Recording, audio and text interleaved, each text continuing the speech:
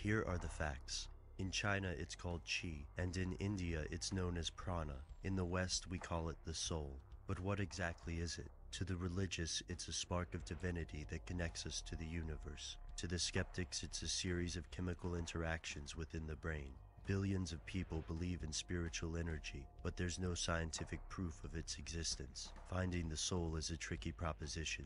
Modern science has disproven many historical notions of this energy, but the search continues. History is filled with stories of charlatans and believers alike claiming to have discovered it. Consider the notorious experiments of Dr. Duncan McDougall in 1907, when he claimed that the soul weighed an average of 21 grams.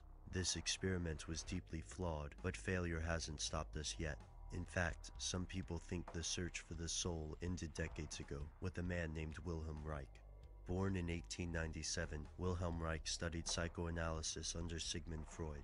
Freud's theory on the libido fascinated Reich, who believed that the libido was a real, physical energy. He moved to the US, where he began research on this energy. He called it orgone. According to Reich, this energy permeated the universe, and orgone imbalances could create health problems. Reich claimed orgone treatment could combat cancer. His ideas eventually caught the government's attention.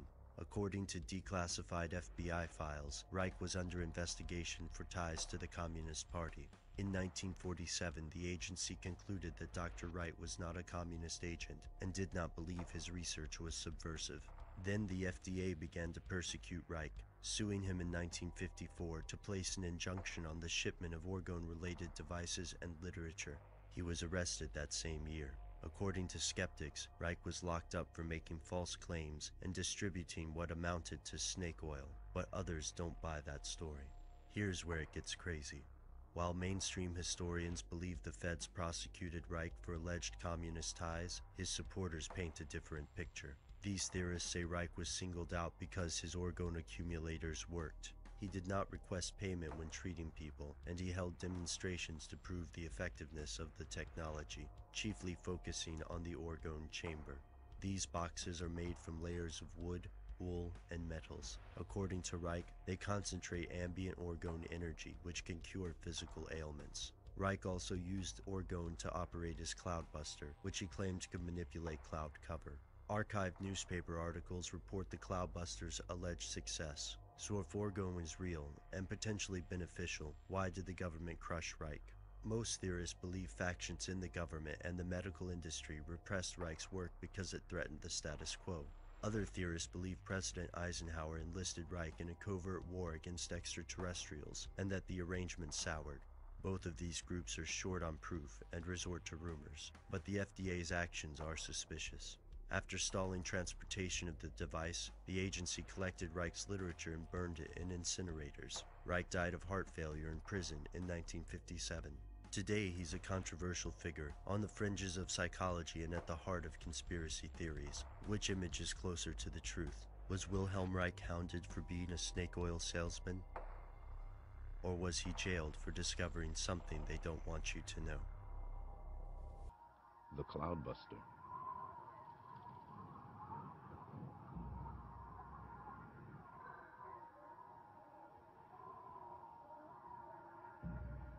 So, we wrote him a letter, asking for his help.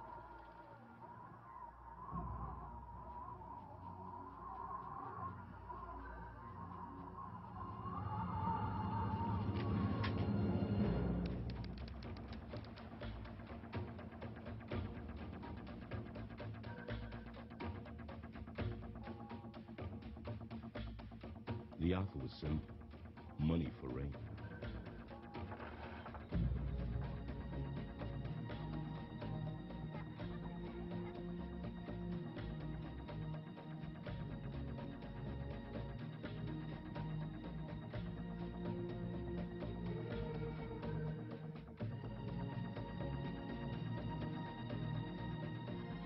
Reich arrived with his son, Peter.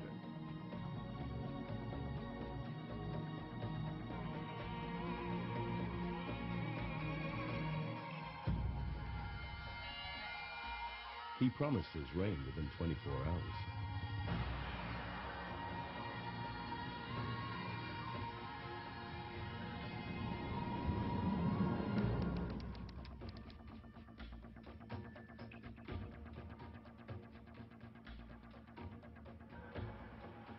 I remember asking him how it worked. He said kind of like a lightning rod, using an energy he called orgone.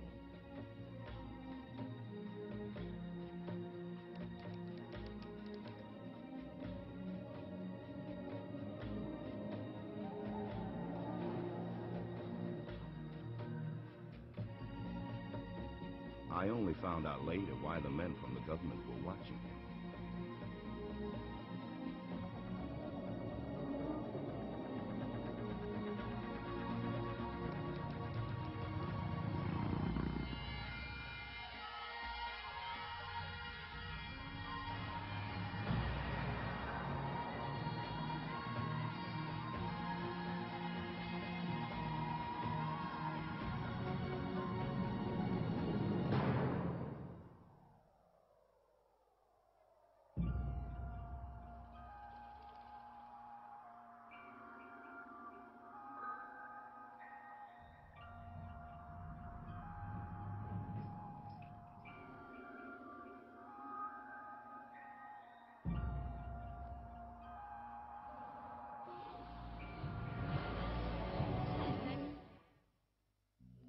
If anything, I remember the air getting drier, but I didn't doubt him.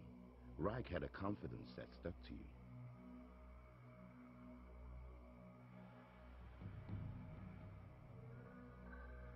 Everybody simply waited, passing time, hoping the strange machine would work.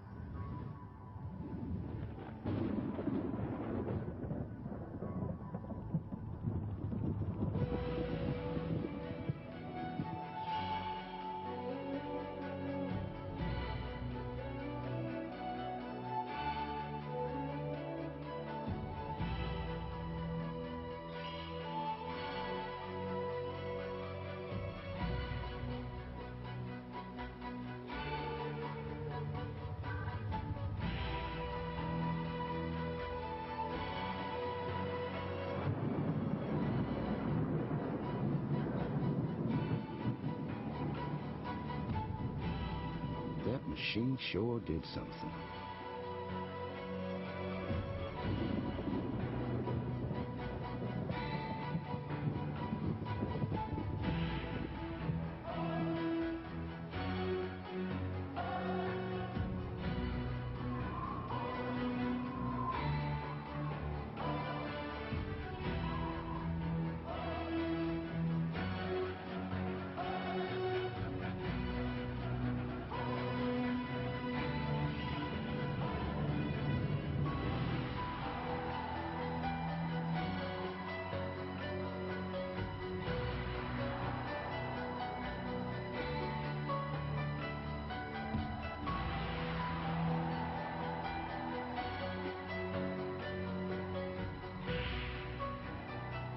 And that was the last I ever saw of Wilhelm Reich. In the 1930s, Dr. Wilhelm Reich, a prominent Austrian physician and psychoanalyst, discovered a powerful new physical energy, and for the next 2 decades, devoted his life to the investigation of its laws and properties. He confirmed the existence of this energy in the human body, verified its presence in the atmosphere, developed instrumentation to observe and collect it, and harnessed it for a variety of purposes, from cancer treatment to motor power to weather experimentation. Reich called his discovery orgone energy.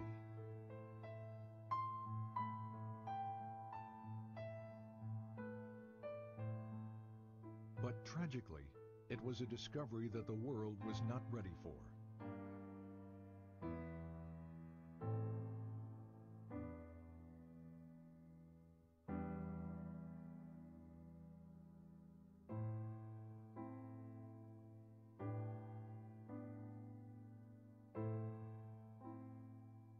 Wilhelm Reich was born in 1897 in Galicia, the easternmost part of the Austro-Hungarian Empire, now the Ukraine. He grew up in Bukovina on a large farm operated by his father. Until he was 13 years old, Reich was educated at home by tutors. His mother, to whom he was devoted, committed suicide in 1910 after his father discovered she had had a brief affair with one of the tutors. His father died 4 years later from tuberculosis. That same year, 1914, the First World War broke out. Within days, Russian troops swept through Bukovina. Reich narrowly escaped being sent to Russia as a hostage and had to flee his home. Later he wrote, "I never saw either my homeland or my possessions again. Of a well-to-do past, nothing was left." For the next 4 years, Reich served in the Austrian army, experiencing what he called the war as a machine. In 1918, the war finally ended. Germany and Austria were defeated.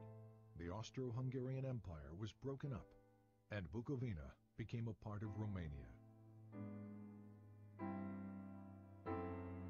Alone, homeless, and intellectually starved after 4 years of war, Reich entered the medical school at the University of Vienna.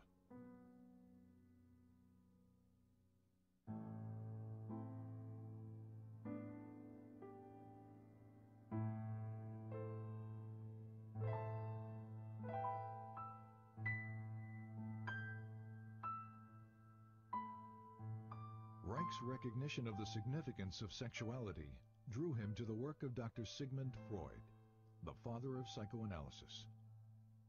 Soon he was considered one of Freud's most promising students. Freud had discovered that neuroses are caused by the conflict between natural sexual instincts and the social denial and frustration of those instincts. Freud had also hypothesized the existence of a biological sexual energy in the body. He called it libido, and described it as something which is capable of increase, decrease, displacement, and discharge, and which extends itself over the memory traces of an idea like an electric charge over the surface of the body. But as the years passed, Freud and his followers diluted much of this concept, reducing the libido to little more than a psychological energy or idea. By 1925, Freud had concluded that the libido theory may therefore, for the present, be pursued only by the path of speculation.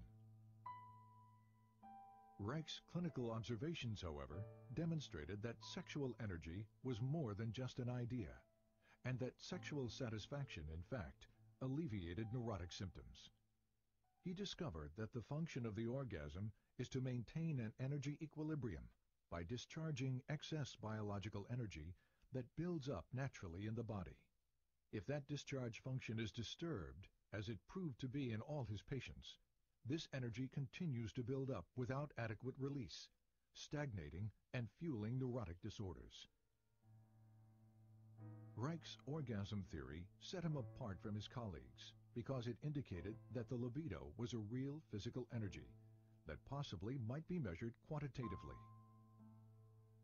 His clinical work also led to new therapeutic techniques designed to discover and eliminate any impediments to the flow and discharge of this energy.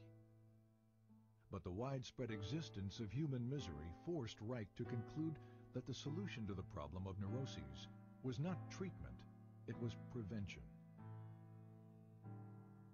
"You have to revamp your whole way of thinking," said Reich, so that you don't think from the standpoint of the state and the culture, but from the standpoint of what people need and what they suffer from. Then you arrange your social institutions accordingly.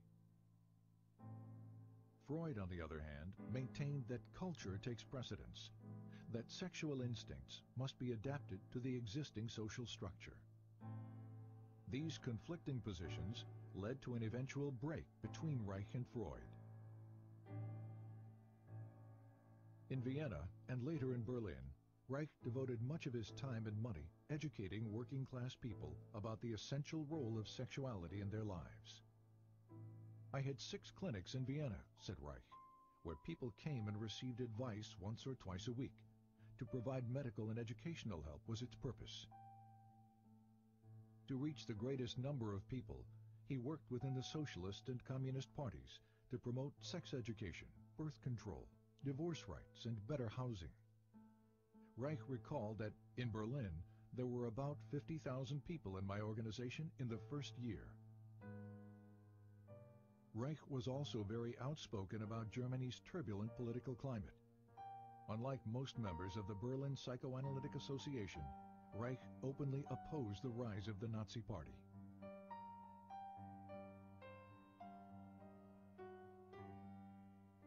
But his activities exacted a high price. He was denounced by the communists and expelled from the International Psychoanalytic Association, calling these events catastrophes which threaten my personal, professional, and social existence. When asked what he would do, Reich replied, "Just go on."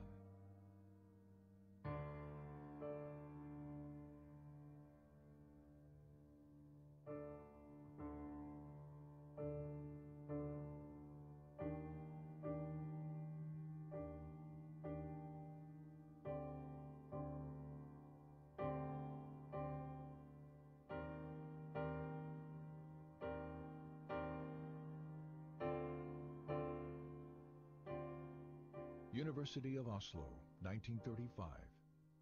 While continuing to teach and develop his innovative therapeutic techniques, Reich began a series of laboratory experiments to verify the existence of a physical, biological energy expressed in the emotions. Using human subjects, Reich was able to demonstrate a charge at the skin surface directly related to feelings of pleasure or anxiety. The charge would increase when a subject experienced pleasure and decrease during feelings of unpleasure. From this, Reich concluded that pleasure is the movement of biological energy toward the periphery of the organism, while anxiety is the movement of this energy toward the center. He assumed this energy to be electrical, but was it? And did similar energy processes exist in more basic life forms? Reich discovered that under certain conditions, sterilized and unsterilized substances, such as grass, blood, sand, charcoal, and foodstuffs, disintegrate into pulsating vesicles that exhibit a bluish color. He called these vesicles bions. Reich observed internal motility in the bions, an effect of energy. He also found that certain bions revealed a strong radiation phenomenon, seen here as a white field around the organism, and that these bions could kill bacteria and cancer cells. This radiation confirmed the existence of an energy that did not obey any known laws of electricity or magnetism. Reich called this energy orgone, because its discovery had evolved from his investigation of the orgasm function, and because this energy could charge organic matter. When he published his findings, the scientific and psychiatric communities responded with a vicious year-long attack in the Norwegian press. In the wake of this response, and the inevitability of a Second World War, Reich began to look to America as the future home for his work. In August 1939, Reich sailed for America on the last ship to leave Norway before World War II broke out.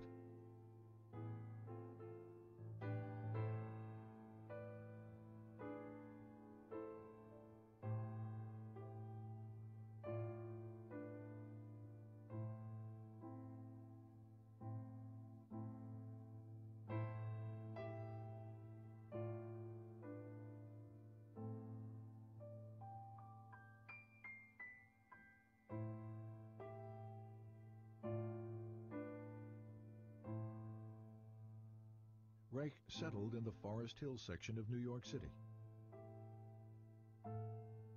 He taught at the New School for Social Research in Manhattan.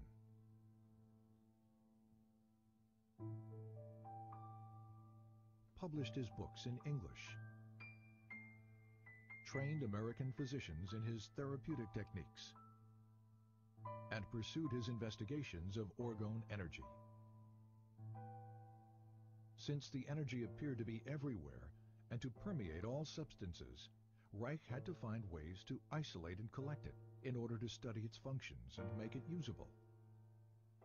Experiments demonstrated that organic or non-metallic materials, such as cotton, wool, or plastic, attract, absorb, and hold the energy. Metallic materials, steel or iron, attract the energy and quickly reflect it in both directions. On the basis of these experiments, Reich constructed small boxes with alternating layers of organic and metallic materials, with the inner walls lined with metal. The organic layers attract the atmospheric orgone energy, which is then directed inward by the metal layers. Any energy reflected outward by the metal layers is reabsorbed by the organic material, attracted back to the metal, and directed toward the inside of the box. The result, a higher concentration of orgone energy inside the box. The more layers, the higher the concentration. This accumulation of energy can be verified in a variety of ways. For example, a constant temperature difference exists between the air above the box and in the surrounding air, contradicting the second law of thermodynamics. There also exists a slower electroscopic discharge rate in the higher orgone concentration within the box. These layered boxes, known as orgone energy accumulators, became a valuable tool in Reich's scientific and medical research. Initially, they were used to observe visual manifestations of orgone energy within the enclosure and to test the effects of orgone radiation on cancer mice. Because his results with cancer mice were so promising, Reich decided to test the effects of orgone radiation on human subjects. He constructed orgone energy accumulators that were large enough for a person to sit in, and in 1942, he began experimental treatments with cancer patients. They were all terminal cases. Reich promised no cure and charged no money. Over a period of time, the patients showed marked improvement, relief of pain, healthier blood condition, weight gain, and the shrinkage and elimination of tumors. Despite these positive results, the patients died, reinforcing Reich's conviction that cancer is a bioenergetic shrinking following emotional resignation, and that the tumors themselves are not the disease, but merely a local manifestation of a deeper systemic disorder. Once again, Reich's focus became prevention. Reich also discovered that water and high humidity absorb and hold orgone energy, making it difficult to carry out experimental work in New York City during the summer. In 1940, on a camping trip to New England, Reich discovered the Rangeley Lakes region in Maine. With its low humidity and clean air, it provided an ideal environment for his work. In 1942, Reich purchased an old farm bordering on a small lake. He called it ORGONITE and envisioned it as a permanent home for the various branches of his work.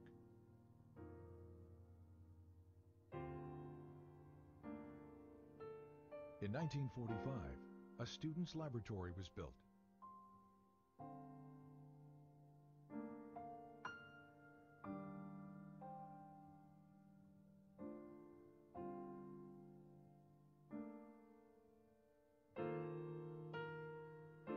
Three years later, construction began on an orgone energy observatory, which included additional laboratory facilities, Reich's study and library,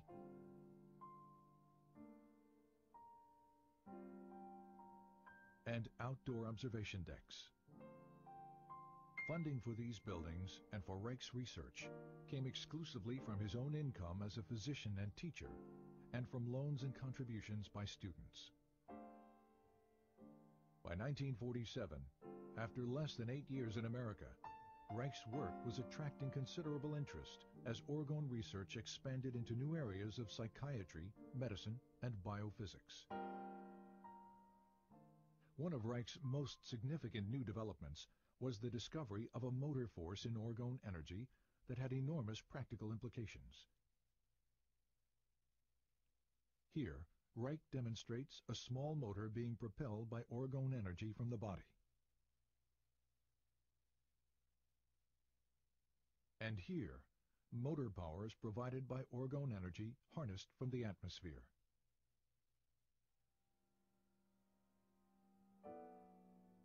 With the development of Orgonon, Reich's dream of a home for his work was slowly becoming a reality.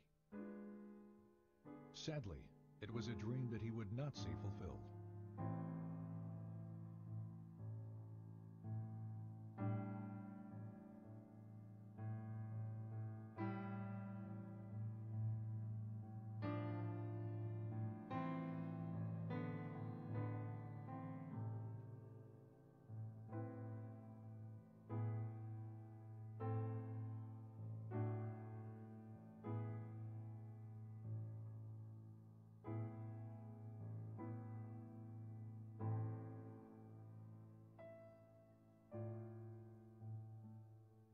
In 1947, this article, written by freelance journalist Mildred Brady, appeared in New Republic magazine. It was filled with distortions and innuendos about Reich's sexual theories and orgone research. Brady's most inflammatory claim was that Reich was building accumulators of orgone energy which are rented out to patients who presumably derive orgastic potency from it. Implying that Reich was a danger to the public, Brady challenged the medical authorities to take action against him. 2 months later, the article was brought to the attention of the Federal Food and Drug Administration. The result was a 10-year campaign by the FDA designed to destroy Reich's work. The FDA focused on the orgone energy accumulator, which Reich and other physicians were using experimentally with patients.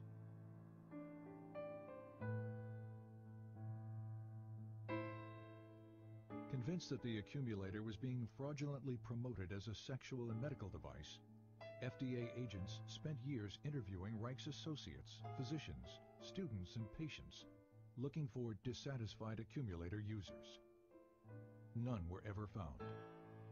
As the FDA attack continued, so did Reich's work. He continued to develop new ways to visualize, measure, and harness orgone energy from the atmosphere. The Cloudbuster, for example, was an experimental instrument that could affect weather patterns by altering concentrations of orgone energy in the atmosphere. A set of hollow metal pipes and cables inserted into water creates a stronger orgone energy system than that in the surrounding atmosphere. Water, which strongly attracts and absorbs orgone, draws the atmospheric energy through the pipes. This movement of orgone from a lower to a higher energy system was used by Reich to create clouds and to dissipate them.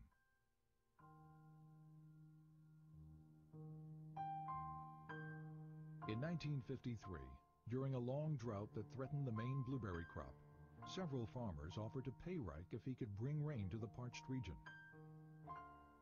The Weather Bureau had forecast no rain for several days when Reich began his cloud-busting operations. 10 hours later, a light rain began to fall. Over the next few days, close to 2 inches fell. The blueberry crop was saved.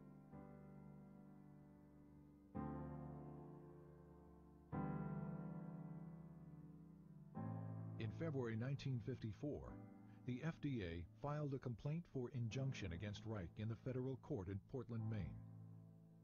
The complaint declared that orgone energy does not exist.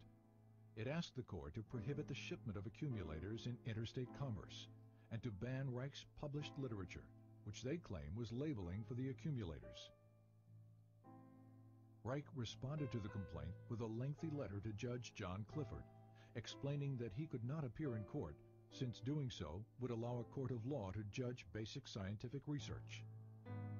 Scientific matters, he wrote, can only be clarified by prolonged, faithful, bona fide observations in friendly exchange of opinion, never by litigation. I therefore submit, in the name of truth and justice, that I shall not appear in court. Judge Clifford did not accept Reich's letter as a valid legal response, and the injunction was issued on default, as if Reich had never responded at all. But the injunction was even more excessive than the initial complaint. It ordered that all Oregon energy accumulators and their parts were to be destroyed. It ordered all materials containing instructions for the use of the accumulator to be destroyed as well. It also banned a list of Reich's books containing statements about Oregon energy, until such time as all references to Oregon energy were deleted. After the initial shock, Reich continued his work, traveling to Arizona to experiment with the cloudbuster in the dry desert environment.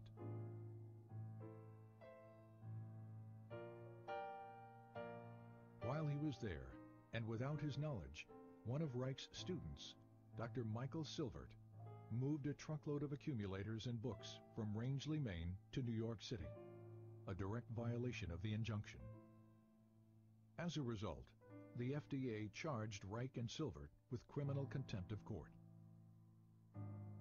In 1956, both men were found guilty. Reich was sentenced to 2 years in a federal prison. While Reich appealed his sentence, the government carried out the destruction of accumulators and literature. In New York City, several tons of Reich's books and other publications were burned in one of the city's garbage incinerators, including titles that were only to have been banned. This destruction of literature constitutes one of the most heinous acts of censorship in United States history.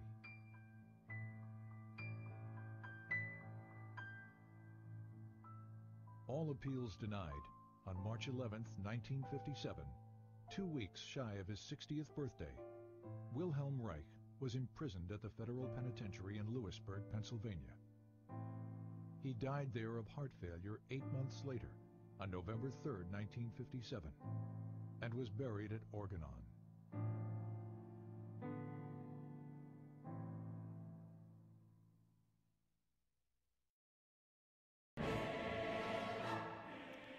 In the 1940s, an Austrian immigrant to America and refugee from Nazi Germany, Dr. Wilhelm Reich, made the scientific discovery of a previously unknown energy existing in the atmosphere, in space, and within living organisms. Discovered accidentally, Dr. Reich eventually demonstrated this blue glowing energy to charge up and radiate from microorganisms, plants, animals, and humans. This energy also existed in a free form within the open atmosphere and in high vacuum. He called this energy the orgone. Orgone energy, as Dr. Reich discovered, was synonymous with life energy, long postulated by scientists and accepted as fact by ordinary people from around the world. Orgone energy could be gathered in its free form directly from the atmosphere using a device he later called the Orgone Energy Accumulator. A simple enclosure resembling a large hollow capacitor, composed of alternating layers of special insulators and conductors, the orgone accumulator allowed a high charge of the orgone to collect inside itself, facilitating its direct study and revealing many of its properties. Dr. Reich observed the orgone energy charge in the human biosystem was expressed in emotion and sexuality and could be measured bioelectrically. A person's overall vitality and aliveness was a function of human and atmospheric orgone charge and pulsation, and this could often be increased by sitting inside the orgone accumulator. Orgone charge of the tissues was a fundamental component of the immune system, as revealed in the bioelectric charging of red blood cells. The orgone accumulator was found to boost the immune system of people who sat inside them for periods of approximately 30 minutes a day over many days, and to thereby promote health and reduce the symptoms of some diseases. So incredible were the healing effects of the orgone accumulator that Dr. Theodor Wolff, a pioneer in psychosomatic medicine and associate of Dr. Reich, called the orgone accumulator the most important discovery in the history of medicine, bar none. Another German physician has stated, "Failure to use the orgone accumulator in the treatment of severe burns constitutes medical malpractice." Dr. Reich observed the orgone energy had a blue color, and he reasoned the Earth was surrounded by an envelope of blue glowing orgone energy. He observed the streaming of protoplasm in the cells, and movements of smooth muscle tissue bore a resemblance and functional similarity to the movements of streaming cloud patterns and to the illuminating an animal-like aurora phenomenon. This was years before high-altitude aircraft discovered the atmospheric jet streams, and more than a decade before the astronauts returned color photos of the Earth's blue-glowing atmosphere. Dr. Reich reasoned that both the hurricanes and galaxies were created and put into motion by superimposing streams of orgone energy in a cosmic dance similar to the sexual attraction between male and female. He demonstrated the existence of orgone energy in deep vacuum tubes, which also glowed blue when charged up inside orgone energy accumulators. The orgone energy filled all space, he argued, satisfying many of the descriptions of the older cosmological ether of space, or what modern astronomy confusedly calls dark matter, and which is identified as an anomalous blue-glowing halo surrounding galaxies. Even more controversial, Dr. Reich developed a method to run small motors with the orgone energy. He also developed orgone energy devices for affecting the atmospheric orgone and clouds to bring rains during droughts or even into large deserts. Dr. Reich demonstrated the same life energy or orgone energy in a number of carefully controlled experiments, too much to report in this short video, which allow us to make these short summary statements with reasonable scientific certainty. His publications on these subjects presented very positive results from his experimental work, but this only added to the hysterical outrage of his critics. They slandered his early research on human sexuality, called the orgone accumulator a sex box, and subjected Dr. Reich and his associates to character assassination and slander. Dr. Reich's work and ideas were chronically misrepresented in popular newspaper and magazine smear articles. Fraudulent information and outright lies, and without investigating his work in any serious manner, the medical establishment encouraged the U.S. Food and Drug Administration to seek and obtain a court injunction to stop Dr. Reich's research, writing, and speaking about his discovery. In a legal case which has far greater significance to American freedoms and the U.S. Constitution than the better-known Scopes monkey trial, Dr. Reich was finally charged with contempt of court for the technical violation of an obscure cosmetic labeling law. He and an associate, Dr. Michael Silvert, were sent to prison, and Dr. Reich's books and research journals were ordered banned from interstate commerce, and existing copies were burned in New York City incinerators. Dr. Reich died in prison in 1957, while Dr. Silvert committed suicide shortly after his release. Victims of a left-wing smear campaign merged with organized big medicine and pharmaceutical interests. Fortunately, most of Dr. Reich's books survived and were republished. Newly republished editions of his writings are available from bookstores and internet catalogs in many different languages from all around the world. Since the 1960s, an entire new generation of scientists and physicians have investigated Dr. Reich's work, reproducing his experiments, applying them clinically, and finding them to be sound and the discovery of the orgone energy to be authentic. In particular, Dr. James DiMeo, a former university professor who was blacklisted and punished for his positive interests in Reich, has several books on this subject which are available. The Orgone Accumulator Handbook by Dr. DiMeo provides concise instructions on how to build and safely use the orgone energy accumulator, following Dr. Reich's original guidelines and methods. This small but information-packed book contains many photos, diagrams, a scientific bibliography, and resource guide. Another book edited by Dr. DiMeo, entitled Heretic's Notebook, presents the results of new experiments by many different scientists of the younger generation, proving and expanding upon the scientific substance of Dr. Reich's discovery. It also addresses questions of historical significance on related concepts, such as the cosmic ether of space, which always had positive evidence to support it, in spite of many distortions in the textbooks. These books, and others like them, are important for anyone interested in Dr. Reich's discoveries, which constitute a breakthrough and authentic revolution in the sciences. They are a part of the censored science of the 20th century, which are expunged from textbooks and about which the mainstream news media refuses to accurately report.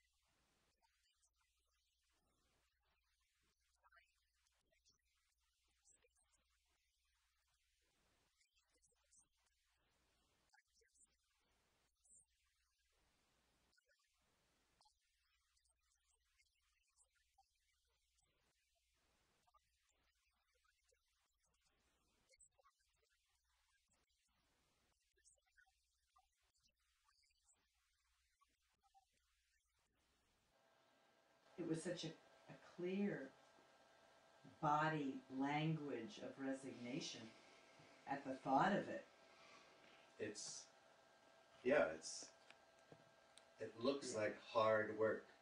Yeah, yeah, yeah. It looks like hard work to be able to change that, shift that.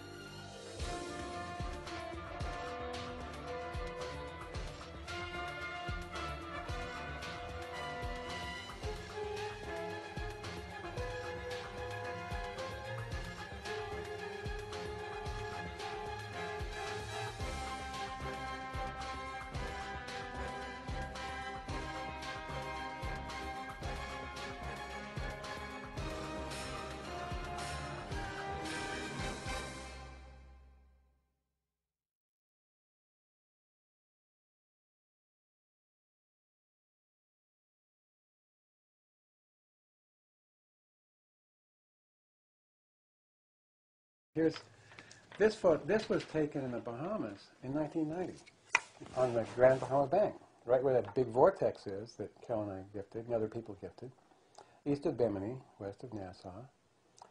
The people who took the photo were becalmed in a big sailboat, and this hung out over them for an hour or so. They got a whole lot of photographs. Can you see it? Okay. It was very unusual in those days. But now we're seeing them every day around here. And you can see them in the boat photos from our trip on Lake Ponderay. That as we moved up the lake, the silts got more and more distinct and intense, and the sky got deeper and deeper blue. And that was the result of our gifting. And gifting is what New Agers say when they give somebody something. They don't say, well, I'm going to give you this. They say, I'm going to gift you with this.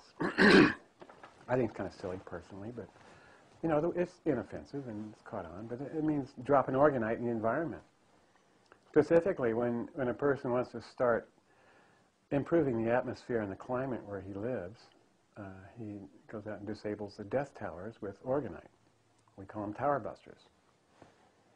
And one tower buster, 3 ounce minimum, is made up of metal waste and fiberglass resin with a small crystal in it. It can be a crystal chip or any sort of crystal, doesn't matter. And that's enough to turn a death tower into a life force generator. And energy sensitives can feel the energy, psychics can see the energy. And if you're that way, you'll see a dark line around the tower about 3 feet out, an outline. That's the transition point or margin where the bad energy from the tower turns into healthy orgone. So a guy in Ireland figured out that, at least where he lives, they've been turning off the towers where he gifts because they don't want to keep pumping out that healthy orgone. It's a weapon after all, so they're very disappointed when you gift them. We started gifting in May 2002, focusing on that. Before that, it was mostly about the cloudbusters. But after the Feds blew up the World Trade Center, these towers popped up all over the world suddenly, by the millions. And the cloudbusters started having less effect after these towers showed up. That's kind of disturbing. So by May, we had figured out that orgonite disables these new towers. And when I posted instructions on how to make simple devices to disable the local towers, I was kicked off the forum I was administering at the time, Yahoo Cloudbusters Forum. And after I was kicked off, they also shut down my commercial website, worldwithoutparasites.org, so I couldn't get to it. And they erased all of my business email from my Earthlink mailbox. Pretty bad situation, but within a week or so I had it sorted out. Somebody offered to feature me in another forum, and this was one of the setups that I mentioned before for sabotage, but I eventually made my own forum, but it's not about that. We developed a 3 ounce tower buster as the minimal device to disable a tower, and Carol and I came up with that from experimenting. And in the following August, I spent the entire month on the road in South Idaho, disabling all the towers in successive towns and watching the effects, and they were consistent. Every time I finished a town, the chemtrails didn't stick in the sky anymore. Generally a rainstorm was generated right over the town, and it rained pretty hard. And there wasn't another cloudbuster within 200 miles. I didn't have a cloudbuster with me. So it was a good test bed. Now they're all scattered all over southern Idaho. But that's how I tested it, and then I started promoting that. And lots of people started doing it on their own and getting their confirmations. And this is the power of this revolution, this movement, is that anybody can do it, and anybody can empower himself. In the case of Los Angeles, there was a concerted effort to erase DB from public awareness, and the fact that he got rid of all the smog was never mentioned. And other people started to take credit for it, and I struggled against that. And I think we blew him out of the water. So And in the future, he'll get the credit for it. Other cities where all the smog disappeared, like Toronto, people noticed. But for some reason in Los Angeles, they're not noticing. But if you watch all the films that were made since 2002, you're going to see a very rapid clearing that took place in late 2002, and it's gotten clearer and clearer. And a lot of the films are showing sylphs over Los Angeles now. And like I said, when you see sylphs, that means that the war is over for the bad guys in terms of poisoning the atmosphere. They can't do it anymore. It's all done. If it seems there's a special energy in the air these days, you might want to thank Dwayne Dotson. The Augusta resident is the area's only known member of a worldwide community that believes in the power of something called orgonite. You put this in the orgonite mixture, it gives it the piezoelectric effect. This is what causes it to transmute or change from a deadly orgone to a positive orgone energy. Orgonite is a mixture of metal and crystal suspended in an organic resin. A tight-knit group of people worldwide are making the substance and depositing it around cell phone towers and other places they say are sources of negative energy. The particular shape is called a tower buster. Dotson goes gifting in his tricked-out Toyota Prius. Critics call the tower and cloud-busting community a bunch of loons, but Dotson says thousands of people across the world have sworn by the power of orgone energy. They say it has the power to keep you healthy physically and psychologically. Average people, they don't understand it because, one, they're not educated on it. For the Metro Spirit, this is Murphy Falk. Now, what we'd like to do is, our next guest is Colin. Now, we got sent an email off one of our listeners of this YouTube video of this guy driving around Ireland, putting these, what we found out to be orgonite stones around telephone masts around Ireland. And we fondly, because we didn't know who he was, we fondly called him Orgonite Man. Like, not Superman, but Orgonite Man. And so we said, we put out the message, and our regular listeners now, we put the message out and said, if anybody can find out who this guy is, we'd like to get him on the show and talk to him and find out what he's doing and what orgonite is, because we didn't know anything about it. So, and lo and behold, we did manage to get in touch with Colin. So, good evening, Colin. How are you doing? Good evening. Good evening. Now, Colin, this orgonite thing, I've never heard of it before until I got this email from our listeners. And I found it quite interesting and fascinating because, as I said to you just while we're taking a break there, there's a mobile phone mast probably about 300 or 400 yards away from my house, and there's one not too far away from where Steve is. And if this orgonite does what it says on the tin, I'll be getting a few stones off you because, you know, anything to reduce the effects of a mobile phone mast is always a good thing. But before we go down that road, tell us about yourself, how you got involved with it, and, you know, and obviously tell us about orgonite. Well, how I got involved, how I found out about it is I started noticing chemtrails ago, and I kind of wanted to see was there a way of I just started looking up on the internet about chemtrails, and I seen there was someone claiming to be able to dissolve chemtrails with this device he had in his garden, and this device was orgonite, and it cost about €150 to make it. So I just said I'd take the chance to make the it's called a chembuster for dispersing chemtrails. So I danced and I made it, and the very first day I made it, I put it out in the garden.